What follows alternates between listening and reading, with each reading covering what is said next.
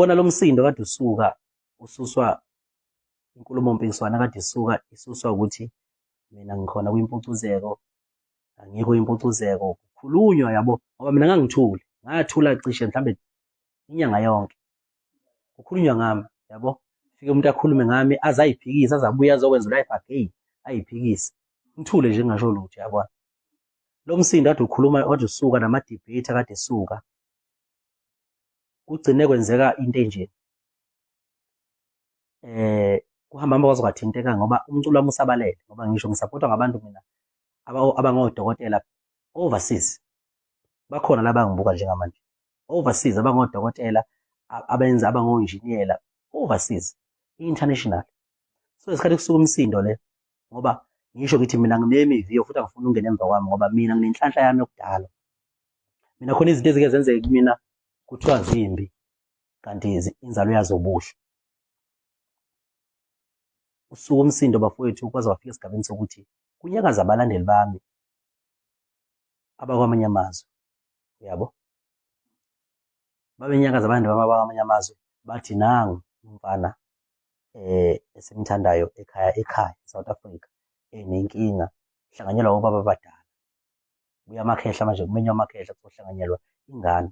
Lo mfana mncane, njengoba emncane siyamthanda lo mfana, siyafisa umbone ekhula, siyafisa umbona lo mfana encokola kumnandi, ekhula nje, sijabula singamabhinca, nathi sithi masibuka silapha ku-America sibone ukuthi hawu, ekhaya sekhona iy'nsizwa, uyabona. Ngiqashiwe emcimbini ewu-3 ngomhla ka-30 eNkandla nasemaphumulo, ngisazi nakubo noma komntu la e-South Africa. So leyo mcimbi le ngizozama ukuthi leyo mcimbi leyo ngikhulume nabaqashi, noma uhafu wemali abangiqashe ngayo, ngoba ngiyadula phela, ngeke manje ngifake umuntu bese ngibiza njengami, kufakwa amanye amaciko ayobe ehlele ekhaya ngalelo langa. Ngizozama nje ukuthi ngikhulume ney'nsizwa ezobe y'hleli zingekho busy kakhulu, ngoba nalapho kwimpucuzeko nakho omunye umcimbi nawo lo. Phela impucuzeko, akaze mina ngithi mangiqashwe kwimpucuzeko bese kusangakusasa ngiyothenga imoto ngemali yami impucuzeko, yabo. Ngizama ukuthi ngalokho impucuzeko ifana nawo wonke imicimbi lena ewu-76 esengiqashwe kuyona before kufike leyo mpucuzeko, ifana nayo yonke le micimbi leyo, uyabona, yize ngishoyo umehluko wempucuzeko uwodwa ukuthi ngoba i-event yanamathela emabhincini nasey'nhliziyweni zamabhinca, amabhinca ayithanda, vele mina from usekhona umjikijelo kudala bengivele ngikhokhela imali enkulu, yabo, bayazi umcineke, bengikhokhela imali enkulu. Zingaputshuka lezo ndaba manje phela ngoba, yabo, babe ngiqebile vele, angiyena umuntu oputshuza indaba, zingaputshuka ngoba vele sekunje, ngoba vele sekunje, washo ucabashe, yabo.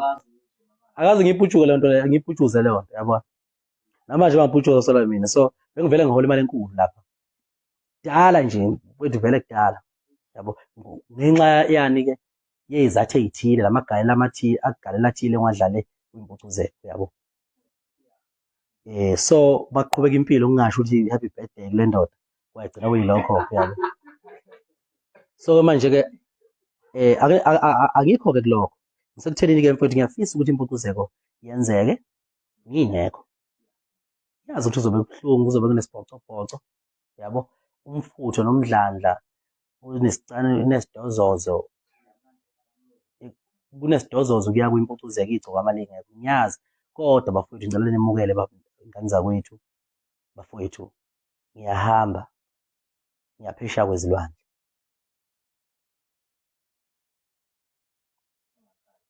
Ngihamba ngoLwesithathu, ningakhali, ubani lo okhalayo? Wena, ningakhali bafowethu, ngiyahamba bafowethu, ngiyaphesheya kwey'lwandle, ngihamba ngoLwesithathu. Ivisa nje khane ngiyithola namhlanje nami, uNkulunkulu wami, bengingazi ukuthi noma izolunga le nto ngoba nami bengiphila nje kuwukuthi vele, yabo, siyaxoxa khona la, uyabo. So le micimbi lena mfowethu inemali, kodwa uma ngiqhathanisa amadola namarandi, ngase ngibona ukuthi hhayi, ngokwebhizinisi, njengomuntu webhizinisi ngabona ukuthi uNkulunkulu wami,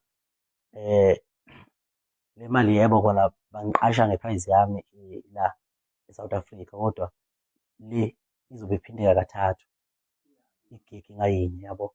So ngase ngithi hhayi bafowethu, ngiyahamba bafowethu, ngiyaphesheya kwey'lwandle bafowethu, ngiye e-UK, eLondon,